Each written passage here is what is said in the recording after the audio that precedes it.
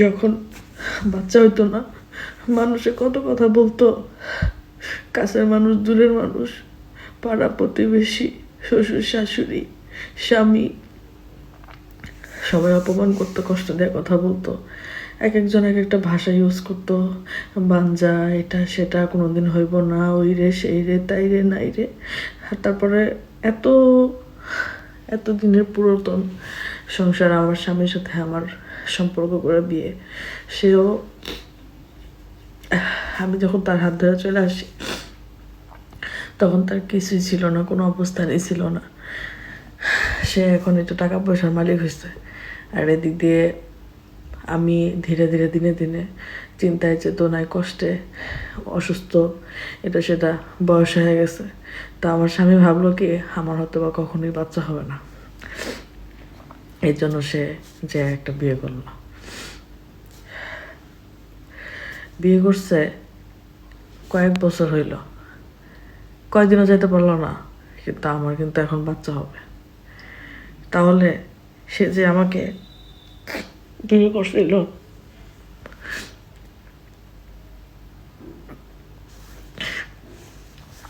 সে তো কখনো আমাকে আমার হাত ছাড়া দিবে এরকম কোনো কিছু কোনোদিন আমার কাছে প্রকাশ করে নেই। কিন্তু সে আমার সামান্য একটা দুর্বলতার কারণে ও অন্য একটা মেয়েকে সে বিয়ে করলো, আমার বিশ্বাস ভাঙলো, বিশ্বাস নষ্ট করলো।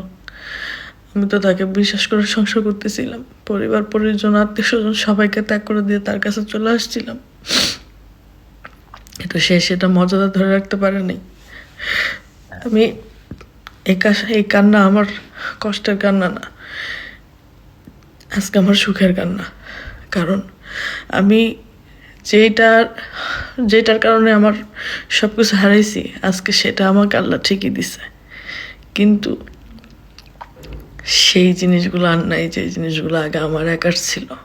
সংসার, স্বামী, স্বামীর ভালোবাসা, সব কিছুই আমার ভাগ হয়ে গেছে। দেখেন এখন রাতের 11:30 বাজে, আমি এখনো ঘুমাইনি। আমি কি নিয়ে সময় পার করবো বলেন? আমার বাচ্চা কাচ্চা ছিল না, নাই। আমার স্বামীও অনেক জায়গায় বিয়ে করে ওখানে যাওয়া আসা করে, এখানে কন্টিনিউ থাকে না। একা একা সময় পার করি, খুব কষ্ট হয় আমার। এখন আমার বাবু হবে, সে আমার সাথে থাকার কথা, আমাকে সময় দেওয়ার কথা,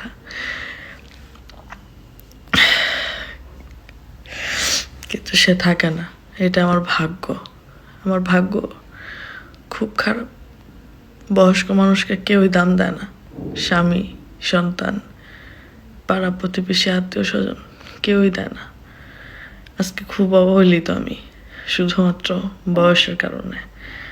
হয়তো বা একদিন সব কিছু ঠিক হয়ে যাবে, সেদিন হয়তো বা অনেক দেরি, জানি না কবে হবে।